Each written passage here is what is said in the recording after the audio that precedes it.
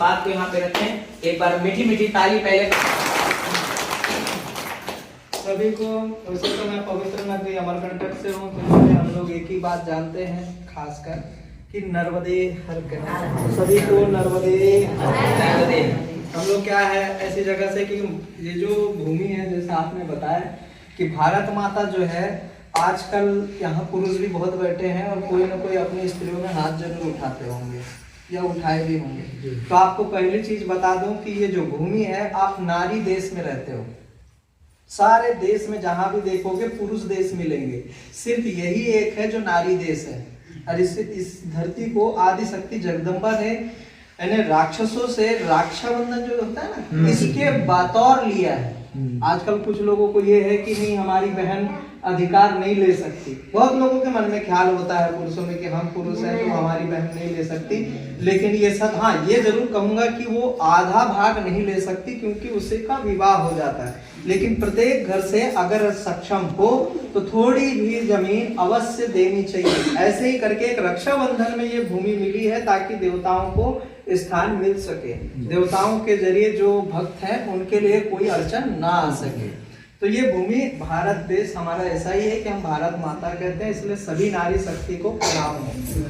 और उसका विशेष कारण आपको बता दूं कि वैसे हम लोग कहते भी हैं सत्संग में कि 3 लोगों से कोई भी नहीं बच सकता। ये प्रत्येक पुरुष ध्यान से सुन ले और आप लोग आपस में बता सकते हो, इनसे कोई नहीं बचा सकता आपको। ये जन्म ले लेकर के मारेंगे।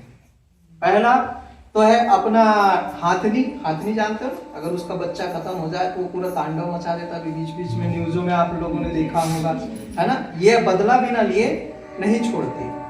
दूसरा है नागिन, और तीसरे में मैं आप लोगों का नाम नहीं लेना चाहूंगा, है ना, क्योंकि पूरी रामायण महाभारत सब नारी से जमी हुई है और उन्हीं के द्वारा युद्ध जारी हुआ और वहीं से खत्म हो गया।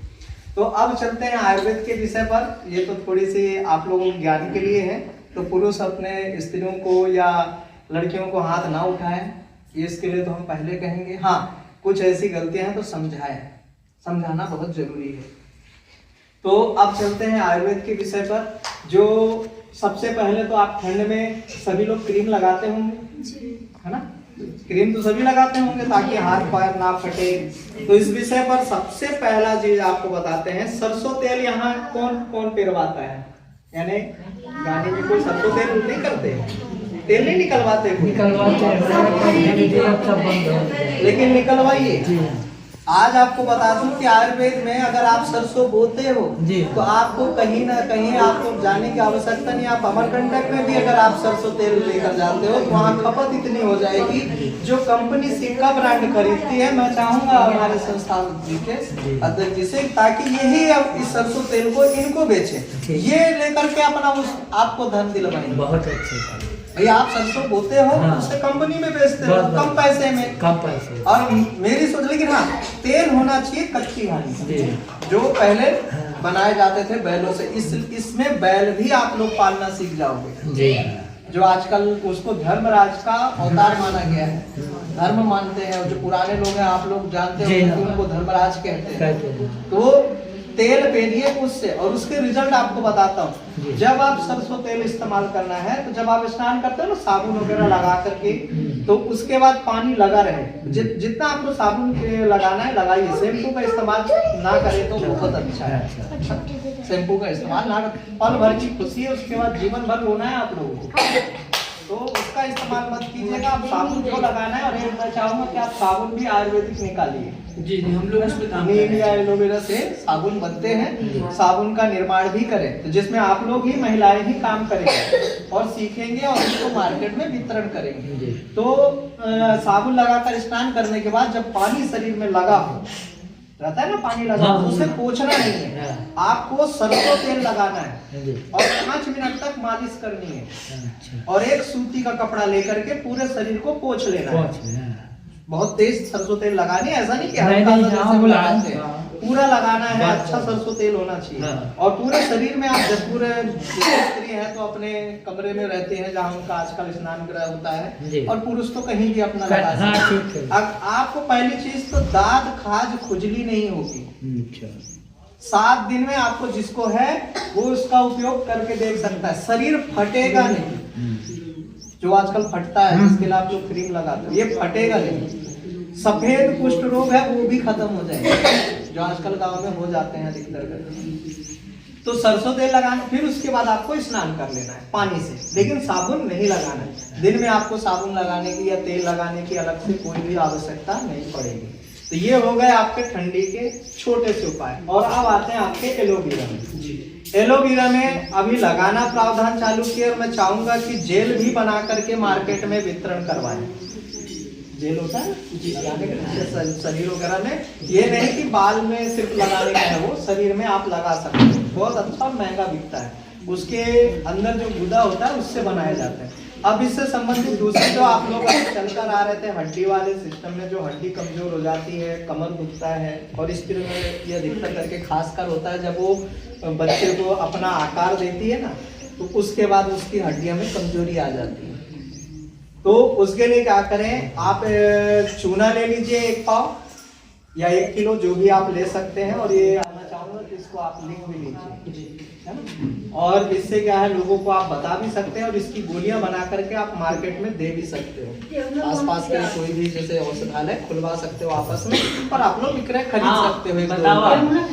हाँ यही अच्छे से सुना, आचार्य जी वही बता रहे हैं। इमा 150 2-4 हजार ना खर्चा हुई, ठीक है ना, घरे में सब चीज बन सकते, वही खिलाने बताया। उसी उपाय को बता रहे हैं। और आपको लिखने की इसीलिए मैंने बोला कि लिख लीजिए, जिसको लिखना है अपने अगर रखे हो, है ना, तो 1 पाव ले लो।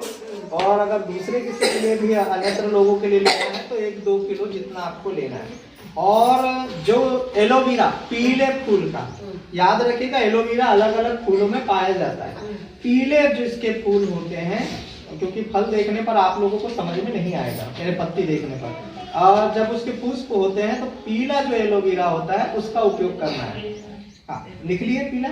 अब उसके गूदे को निकालना है, पहले कटिंग करो, कटिंग करके चम्मच से आप एक साइड का चाकू से निकाल दो, उसके बाद आप उसको चम्मच से पूरा निकाल दो, रेसे नहीं आने चाहिए। और उस चूने में मिला दो, पूरी तरह मिल जाना चाहिए। जो कम पड़ रहा है और डालो।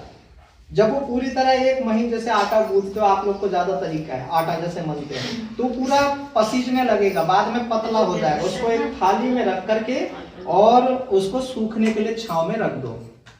हड्डी टूटी हो, हड्डी में दर्द हो, कैल्शियम की कमी हो, ये पूरे चीजों पर, जहां तक कि पेट को भी ठंडा रखता है, आपका पित्त नहीं बढ़ सकता है। जो आप लोग बार बार कहीं होता है ना पतले संडास जाना, तो ये भी नहीं हो सकता। इन्हें एक महिलाओं के लिए बहुत फायदा है। कौन सा चूना, खाने वाला आता है, पोतने वाला आता है? खाने वाला जी, खाने वाला ये जो आता है ये पैकेट में आता है, ये नहीं लेना है खाली। आपको कच्चा चूना लेना है, पका नहीं लेना है। जब आप करते हैं ना तो उसमें अग्नि निकलती है, वो चूना खाने वाला ही होना चाहिए, लेकिन वो अच्छा चूना होना चाहिए जिसमें कंकड़ पत्थर ना हो। कच्चा चूना लेना है, पका हुआ नहीं लेना। एलोवेरा में ही वो पकना चाहिए। पता चले आप 5 रुपए की पैकेट ला करके उसको मिलाओगे तो वो काम नहीं करेगा, है ना। कच्चा चूना चाहिए। पर आप सोचे कि पका के उसको तैयार से डालोगे उसके रस में तो उबलने लगेगा। उसको अच्छे से मिलाना है। अगर आपको किसी को लगे कि उसमें हाथ जलने का डर है तो एलोवेरा ठंडा होता है, फिर गर्म तो रहेगा शुरू में, लेकिन अगर आपको फिर भी अगर फर्स्ट बार है, आप लोग नहीं जानते हैं, तो चम्मच वगैरह का उपयोग कर सकते हैं। लकड़ी का बना लीजिएगा, लकड़ी का जो चम्मच बना उसका इस्तेमाल करके आप किसी बाल्टी में पूरी तरह से एक समजान कर सकते हैं। एक समजान का मतलब होता है, पुस्तकों में लिखा रहता है, उसको एक बराबर में मिला लेना। तो वो इस तरीके से आप इस दवा को बना करके आपस में एक दुकान में या कोई आपस में एक व्यापार की पद्धति बना सकते हो। और जब कभी व्यापार न रहे तो आप घर में भी इसका उपयोग कर सकते हैं, है ना। ये स्त्रियों के लिए विशेषकर, क्योंकि पुरुषों को कम होता है इसका उपयोग, स्त्रियों में ज्यादातर होता है। और कुछ आपको जानकारी इसमें से और किसी को कुछ पूछना है? सर ये फूल आते तो नहीं देखा मैं, फूल आते दीपक सर लगाए हैं, छोटा छोटा है, छोटे में नहीं आए।